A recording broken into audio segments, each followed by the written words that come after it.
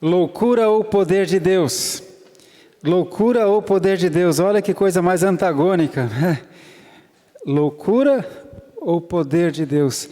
O próprio Senhor Deus fala a respeito da sua palavra. Deus fala que para algumas pessoas essa palavra é loucura. Para outras é poder de Deus.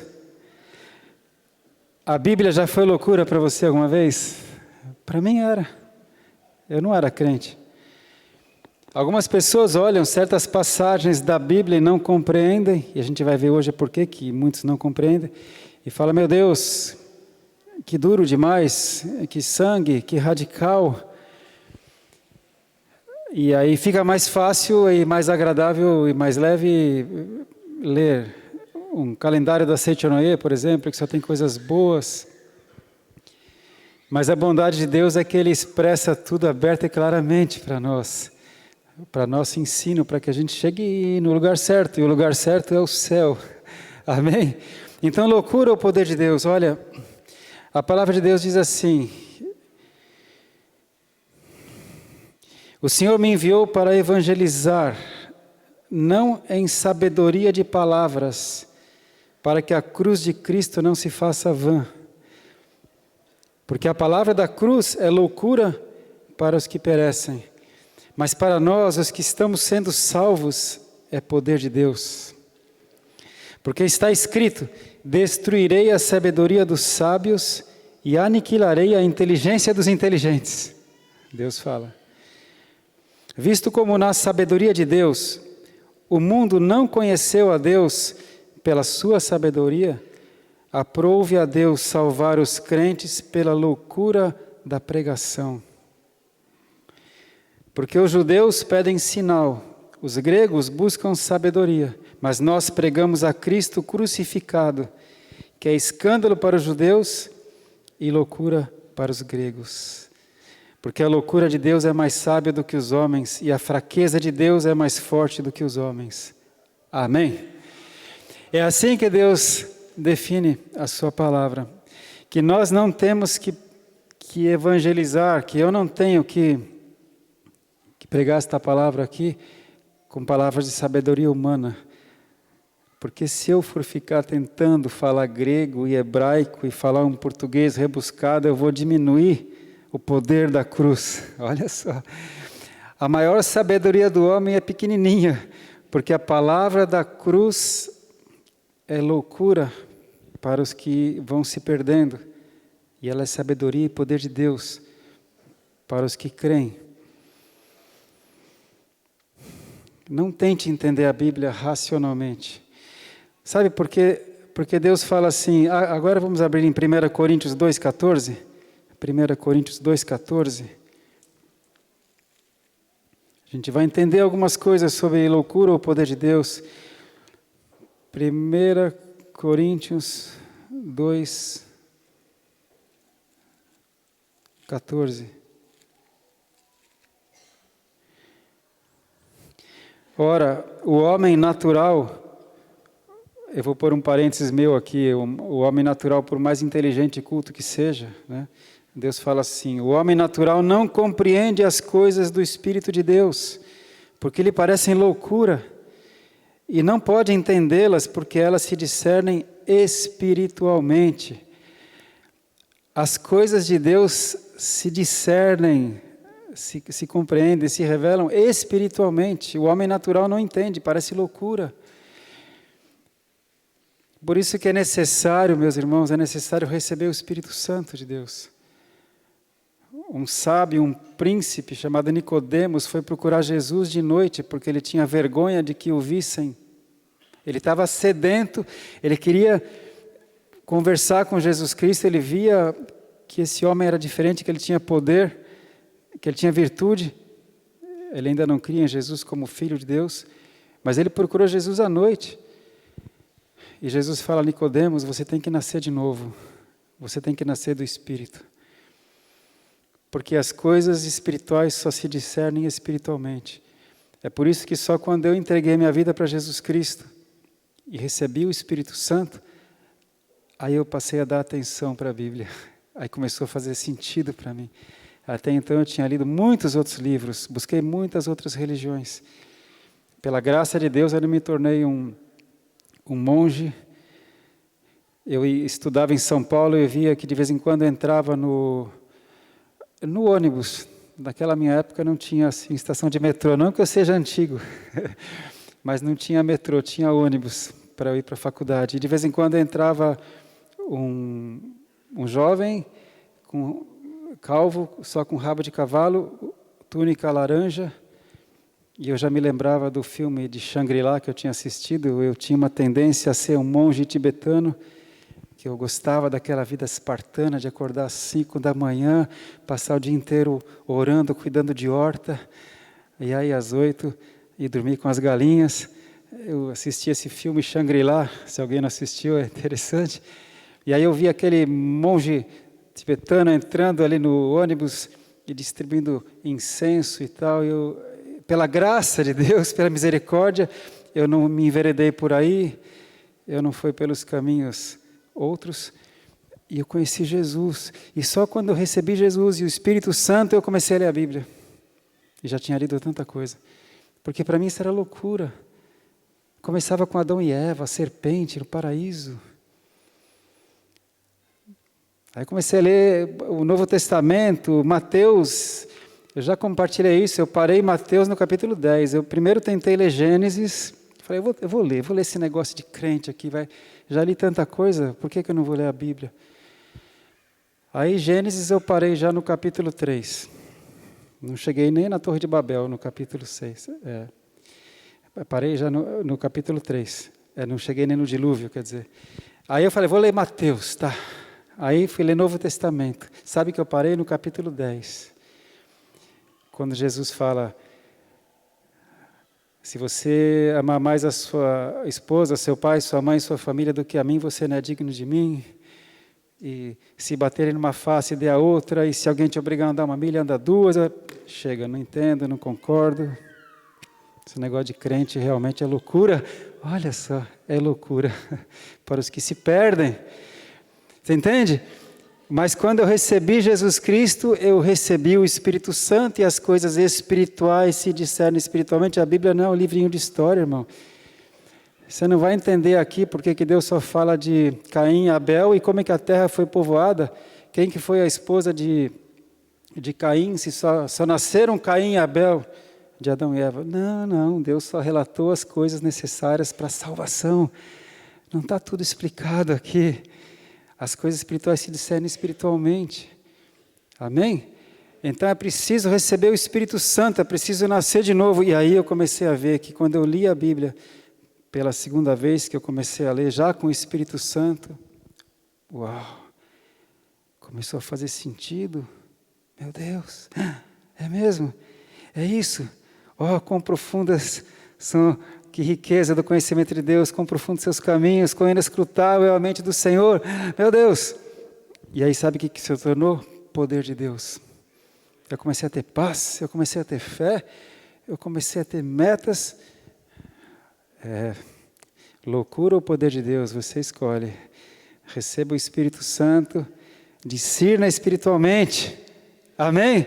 Mas vamos lá. Então, olha, veja o que diz em Hebreus 11:3. Mas eu não vejo, por isso eu não acredito. Então, cresça, homem de Deus.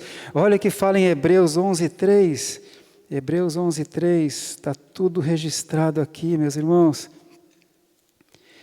Hebreus 11:3. Pela fé, nós entendemos que os mundos, pela palavra de Deus, foram criados. Como assim os mundos? De maneira que aquilo que se vê não foi feito do que é aparente. O mundo visível não foi feito do que é visível. O mundo visível foi feito do invisível. Ou seja, o mundo invisível veio primeiro, o que nós podemos chamar de mundo espiritual. Por isso que Deus, quando levou Moisés até o alto do monte, Sinai, ele falou, Moisés, agora eu vou ter uma conversa com você, eu vou te mostrar. Aí Deus falou, Moisés, você vai fazer o tabernáculo, a tenda e a arca e todas as coisas conforme o modelo que eu te mostrei. E Deus abriu a visão espiritual de Moisés, e Moisés viu o modelo celestial e reproduziu materialmente. As coisas que se veem foram feitas a partir das que não se veem. Por isso que a palavra de Deus fala que Deus é invisível, mas real. É invisível aos olhos naturais, humanos, ele é real.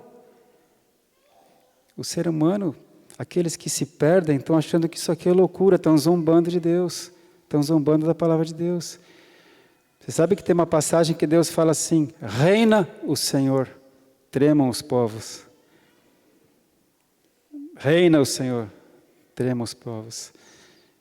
Feliz é a nação que tem como Deus o Senhor. Deus está vivo, aleluia.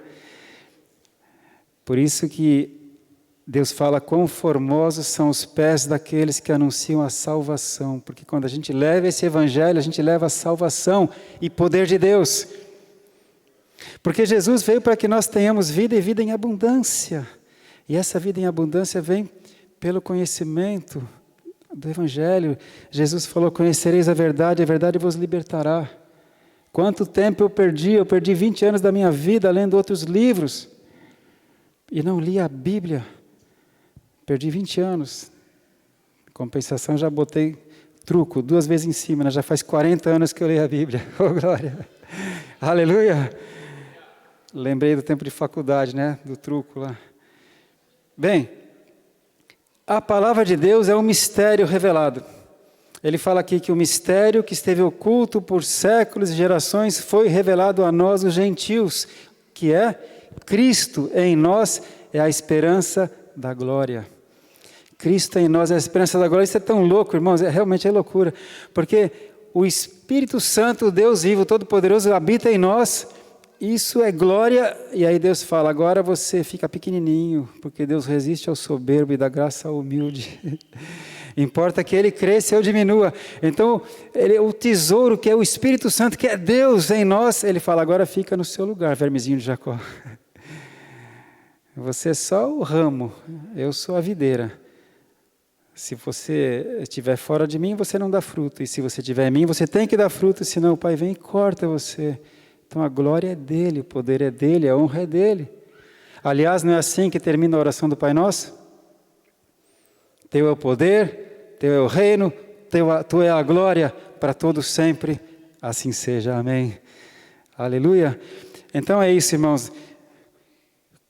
Cristo é o mistério de Deus revelado. Cristo é o verbo de Deus que se fez carne. Você entende? Isso é estranho, o verbo de Deus.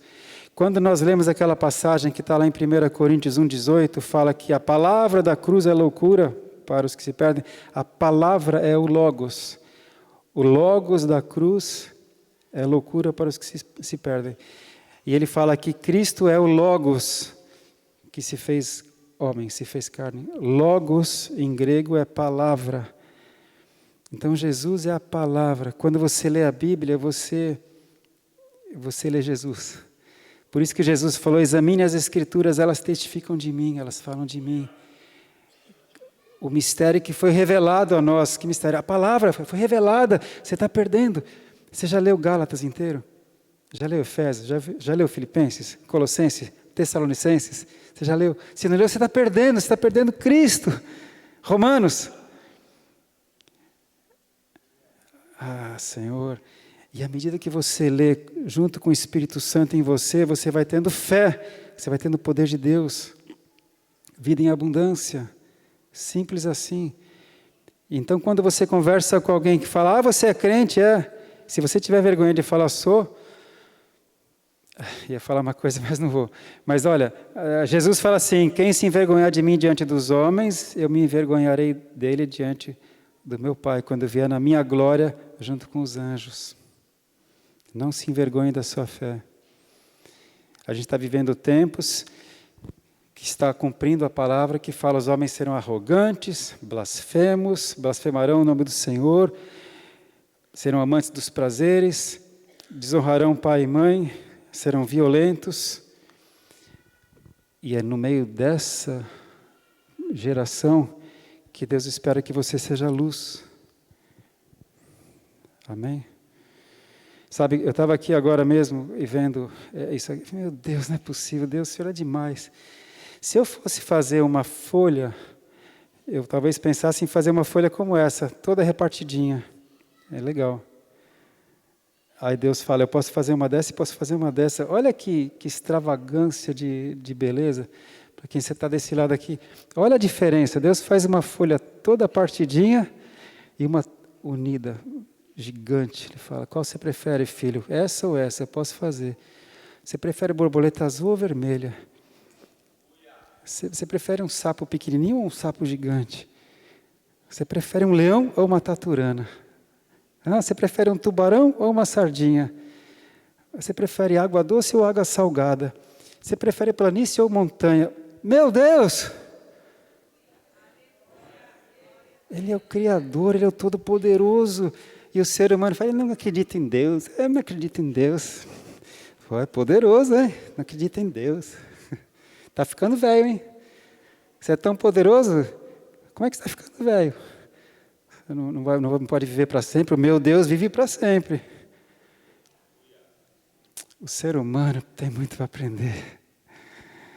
Mas se a gente se humilhar diante do Todo-Poderoso, Ele chama a gente para ser filho. Filho do Rei. Aleluia. Agora eu quero te falar uma coisa importante, que às vezes alguns crentes mesmo não entendem a palavra. Isaías 53:4, que viveu 600 anos antes de Cristo, Isaías disse assim, viveu 600 anos antes de Jesus Cristo vir como homem. Ele profetizou assim, verdadeiramente Ele levou sobre si as nossas dores, as nossas enfermidades Ele tomou sobre si. Nós o julgávamos como aflito e ferido de Deus. No entanto, Ele tomou sobre si as nossas dores e pelas suas pisaduras nós fomos sarados. Amém? Verdadeiramente Ele levou sobre si as nossas dores, as nossas enfermidades, mas Ele nem tinha nascido ainda. Que linguagem é essa? Está no passado, não deveria ser. Verdadeiramente Ele levará sobre si as nossas dores e enfermidades quando Ele um dia se manifestar, não é? Por que na nossa Bíblia fala verdadeiramente Ele levou sobre si? Por isso que a Bíblia é loucura, por isso que eu não concordo, por isso que... Vai se converter. A Bíblia é um livro espiritual, ele fala de um tempo espiritual, ele fala de um tempo eterno. Quando ele fala verdadeiramente Jesus levou sobre si, é porque ele é de eternidade a eternidade. Ele levou as nossas enfermidades. Então, 600 anos depois, ele se manifesta, ele vem, ele vai até a casa da sogra de Pedro, cura a febre da sogra de Pedro, ela passa a servi-lo. Aquela notícia correu rapidamente ali em Cafarnaum.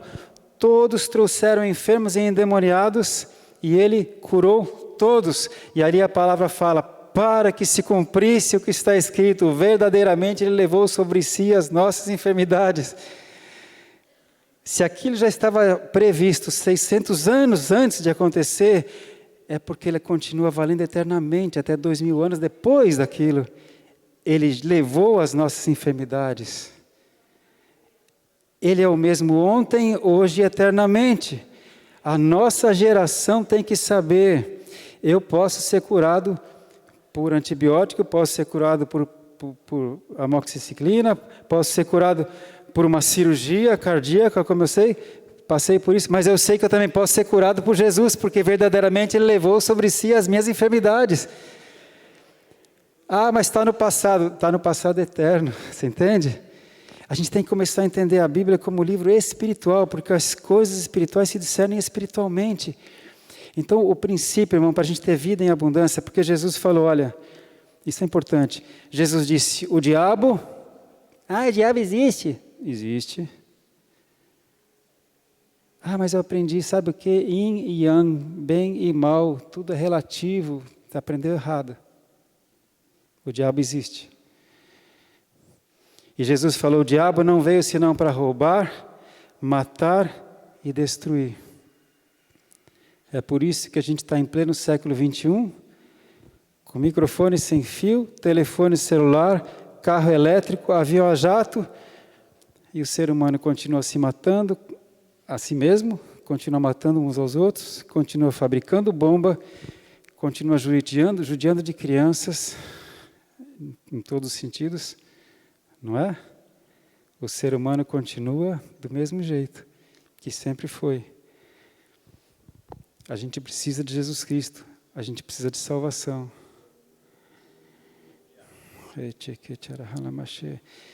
Ele levou as nossas dores. O diabo veio para roubar, matar e destruir. Ele está vivo, ele está ativo. Ele fala, a palavra fala, entenda, irmão, uma das estratégias do diabo é fingir que ele não existe. Não é? Não é mais legal imaginar que não existe? Mas Jesus falou dele. E a palavra de Deus, que é a verdade, fala assim: o diabo, vosso adversário, anda em derredor como um leão que ruge, procurando quem possa tragar. Por isso que muitas vezes crentes não estão vivendo vida em abundância. Mas como assim? Jesus não disse: o diabo veio somente para roubar, matar e destruir, mas eu vim para que vocês tenham vida e vida em abundância. Mas o diabo, não está na mesma linha, né? Foi Pedro que falou isso. O diabo, nosso adversário, anda em redor, procurando quem possa tragar. Por que o diabo tem que ficar em redor, ou em derredor, procurando quem ele possa tragar? É porque ele não pode tragar qualquer um. Ele não pode atacar qualquer um. Ele não tem brecha, não tem direito para atacar ninguém, na verdade. Então por que ele fica só rugindo, procurando? O que vai dar direito para o diabo atacar um ser humano? O pecado. O pecado. Por isso que Jesus veio e morreu pelos nossos pecados. Por isso que Jesus, quando curava alguém, falava: agora vai, não peques mais, para que não te suceda coisa ainda pior. A gente tem que entender isso, irmãos. É o pecado que abre brecha, abre legalidade para o leão pegar. Você entende? Enquanto eu estou andando em santidade, enquanto eu estou andando na palavra de Deus, eu tenho a proteção dos anjos, eu tenho a proteção do sangue de Jesus, eu tenho a proteção do Senhor.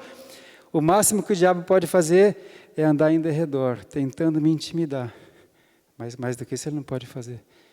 Se eu der brecha, aí ele destrói o casamento, aí ele leva para a droga, aí ele leva para a depressão, aí ele vem. Então a gente tem que entender esse livro, irmão, esse livro de vida, Jesus. Amém? Porque Jesus quer que você tenha vida e vida em abundância. E aqui está a loucura, né? Aqui está a loucura. Ou é loucura, ou é poder de Deus. Que existe um mundo físico e existe um mundo espiritual. E as nossas bênçãos estão nas regiões celestiais. Efésios 1, capítulo 3. Efésios 1, 3. Ele nos abençoou com toda sorte de bênçãos espirituais nas regiões celestiais por Jesus, por Cristo, por meio de Cristo. As tuas bênçãos, meus irmãos, não estão ali na sua casa, ali na sala de jantar. A tua bênção não está ali no seu leito conjugal. As suas bênçãos estão nas regiões celestiais em Cristo. Em Cristo Jesus. Por isso que Ele é o caminho, a verdade e a vida. Ele falou: ninguém vem ao Pai se não for por mim. Eu, na minha boa intenção, tentando buscar Deus, eu já compartilhei com vocês, né? Eu nunca cheguei a usar droga, não quis experimentar lança-perfume. Acho que nem existe mais lança-perfume, né? Nem sabem o que é isso. Existe? Tá. Então, no carnaval eu não quis experimentar lança-perfume, eu não quis experimentar droga, nada, não queria. A única coisa que eu experimentei uma vez foi maconha. E já na faculdade, hein? E contei para o meu pai, contei para minha mãe. Olha, mãe, sabe, um dia lá os amigos estavam reunidos e aí passou ali, eu experimentei, mas eu não traguei. Então não aconteceu nada. Ficou só na boca, a fumacinha, né? E aí meus pais ficaram tão preocupados, trouxeram um monte de livros para me mostrar o problema que traz no cérebro. Eu quero dizer assim, eu sempre tentei acertar, de verdade. Mas eu não queria saber de Jesus, não queria saber de Bíblia. Eu tinha outras referências, outros deuses. E aí, de repente, eu conheço Jesus, eu recebo o Espírito Santo e Ele me fala, filho, todas as tuas bênçãos estão nas regiões celestiais. Elas estão guardadas em Cristo, elas estão ocultas em Cristo. É por meio de Jesus Cristo que você vai receber as suas bênçãos. Uau! Que legal. É só pedir? Sim. Pedir, acreditar e guerrear. Porque nas regiões celestiais é onde se trava a batalha espiritual. Crente, vamos aprender isso. As nossas bênçãos estão nas regiões celestiais e é ali que atuam os principados e potestades. Aquele que veio para roubar, matar e destruir não quer que você receba as tuas bênçãos, mas elas já foram conquistadas por Cristo para mim. A minha cura já é direito meu, mas eu tenho que batalhar por ela. Como? Crendo na palavra, crendo que Jesus ainda cura, pedindo a Deus e tendo fé que eu vou receber. Porque Jesus fala que se você pedir e não duvidar, você recebe. Se você pedir e não duvidar, você recebe. E Tiago fala que aquele que pede com dúvida é como a onda do mar, que vai e vem. Não tenha ânimo dobre, né? Não tenha ânimo duplo. Amém? Então a gente tem que batalhar por nossa bênção. A nossa bênção está nas regiões celestiais, está em Cristo a nossa bênção. Mas você tem que pôr em prática. Então eu coloquei aqui, olha, o que a gente tem que fazer? Entregar a vida para Jesus Cristo, para ter o Espírito Santo, para entender a Bíblia e para ter salvação. A gente precisa crer na palavra, precisa viver a palavra, colocar essa palavra em prática e precisamos então conhecer a promessa, a bênção e batalhar pela bênção. Quando Deus fala assim, creia no Senhor Jesus e será salvo tu e a tua casa. Se você crer no Senhor, a sua família vai ser salva. Aleluia! Então eu conheço a promessa, conheço a bênção, creio, mas o que precisa fazer para acontecer? Ora, age, seja luz, batalha, continua orando, uma hora a bênção chega. Amém? É assim, e muitos crentes não têm paciência para esperar. Então, eu quero concluir dizendo assim, que hoje eu entendo por que Deus fala que todas as coisas são dele, por ele e para ele. Porque dele, por ele e para ele são todas as coisas. Todas as nossas bênçãos estão nele, são dele, elas vêm por meio dele, e a bênção que eu recebo é para ele. Você entende? É dele, está lá na região celestial, ele conquistou para mim. Eu recebo por ele, por meio dele, e é para ele. Porque quando eu sou abençoado, eu posso abençoar você. Quando eu sou abençoado, eu posso abençoar a minha esposa. Quando eu sou abençoado, eu posso abençoar meus filhos. Então é para ele. Porque ele quer que todos se salvem. Jesus quer que você tenha vida em abundância. Então eu vou profetizar que hoje você vai sair da zona de conforto, você vai tomar posição no mundo espiritual. No mundo espiritual não dá para ficar neutro. Eu creio mais ou menos, não dá. Eu vivo mais ou menos, não dá. O mundo espiritual é real. Existe um inimigo, vosso adversário, que é te tragar. Amém, igreja? A gente está no século 21, a gente tem que voltar à igreja apostólica, a igreja que vivia por fé. É que hoje está mais fácil confiar na dipirona para curar dor de cabeça. É bem que funciona. Naquele tempo eles não tinham médicos e não tinham remédios. A única alternativa para a cura era Jesus. Então 100% dos enfermos buscavam Jesus com tudo que podia, porque era a única esperança que ele tinha. E muitos eram curados. Hoje em dia, a gente geralmente só recorre a Jesus quando não deu certo, não é? Mas e se a gente começar a fazer diferente, começar a recorrer a Ele primeiro, antes de qualquer coisa, em qualquer situação? Já pensou? A gente vai se surpreender. Amém? Porque Ele tem vida em abundância para nós. E a gente vai aprender que a gente vive no mundo físico, mas existe um mundo espiritual. A gente está em guerra. Eu quero só completar com uma palavra muito, muito séria. Está em Apocalipse 22, vamos ler? Apocalipse 22, 11. Loucura ou poder de Deus? Apocalipse 22, 11. 22, 11. Finzinho da Bíblia, último capítulo, quase o final da Bíblia. Jesus falando, ele mesmo, falando com João, o apóstolo João. E Jesus diz assim, olha...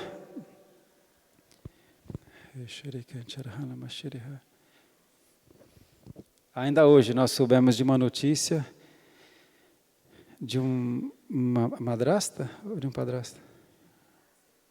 Um pai de uma menininha de 5 anos e a madrasta, e que mataram a menininha de 5 anos de tanta agressão, de tanta violência, de tanta pancada. A menininha, né, quando foi descoberta, estava magrinha.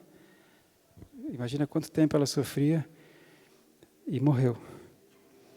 A mãe, que 3 anos antes tinha vindo do Nordeste para o Sudeste, nunca mais foi ver a filhinha. E quando notícia, hein, de seres humanos civilizados. E quando foram inquirir a mãe, mas por que você não tinha contato com a sua filha? Eu falava com ela por WhatsApp. 3 anos que não via a filhinha, ela já tinha 5 anos agora. Mas ela com 5 anos não falava alguma coisa para você? Ela falava, mamãe, vem me buscar porque está muito ruim aqui. E você nunca foi? Não dava. Não deu, né?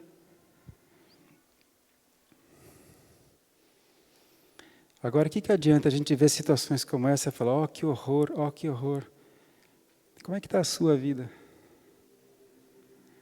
Você tem feito diferença? Você tem sido luz?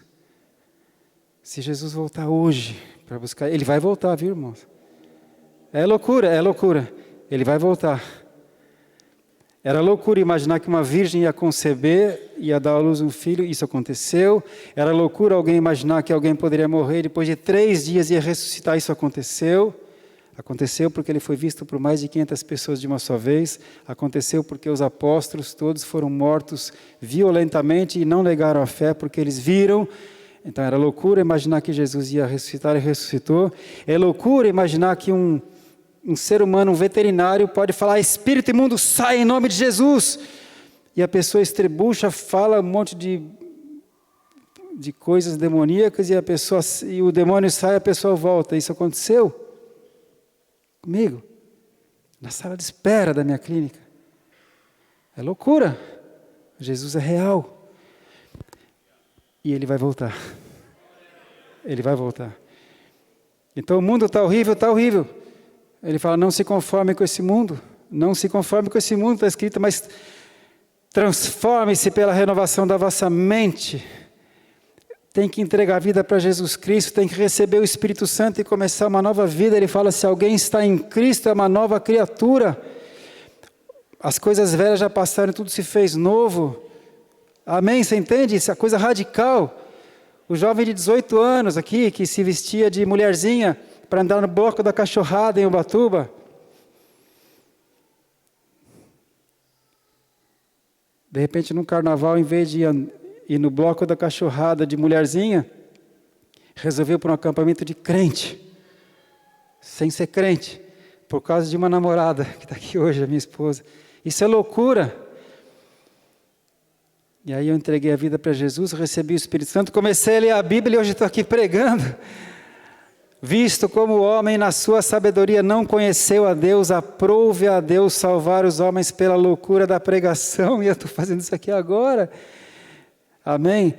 E aí sabe o que Jesus fala para essa geração incrédula e perversa, que está matando criancinha de 5 anos, que tem feito coisas abjetas de pedofilia com crianças, que tem feito... Jesus fala assim, Apocalipse 22, 11, quem é injusto, faça injustiça ainda. Continua. Quem está sujo, suje-se ainda. Ele está deixando. Porque ele não pode fazer nada, porque o homem tem livre-arbítrio. Quem está sujo, suje-se ainda.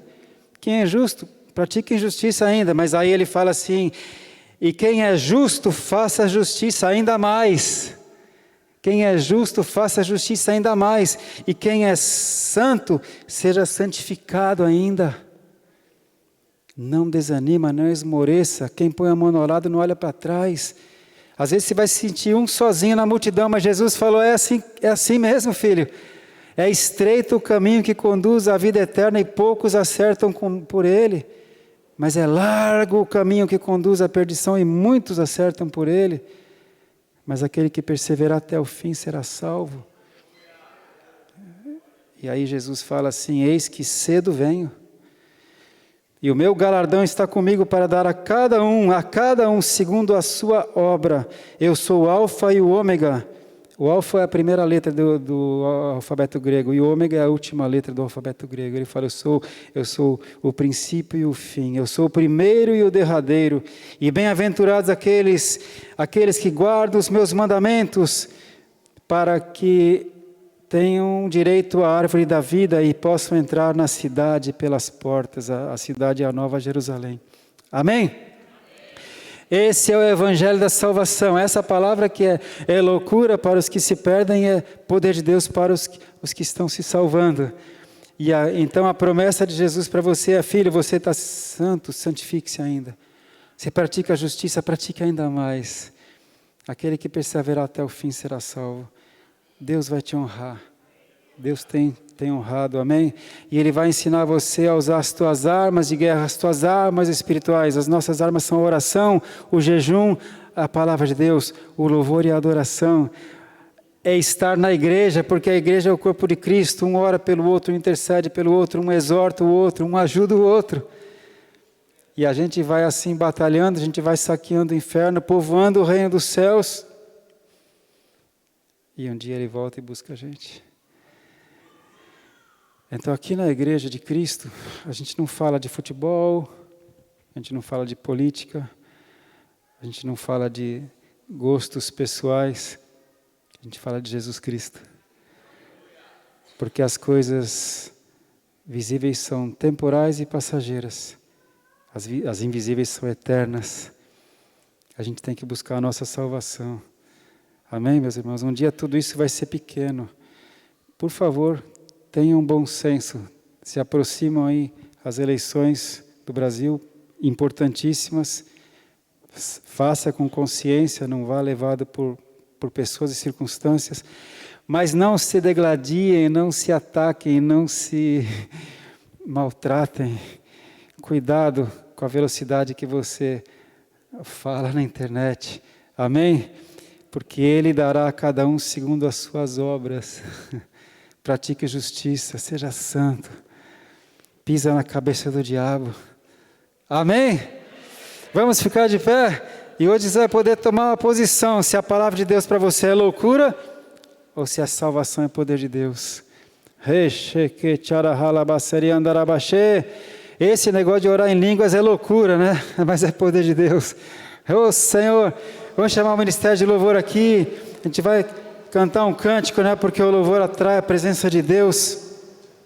Eu quero fazer uma oração com você, porque você sabe, a oração, você sabe que a Bíblia fala que muito pode por sua eficácia a súplica do justo, sabe? Muito pode por sua eficácia a súplica do justo, porque a oração do justo move a mão de Deus, a oração do justo dissipa as trevas, e a gente vai orar hoje. A gente vai colocar essa palavra em ação.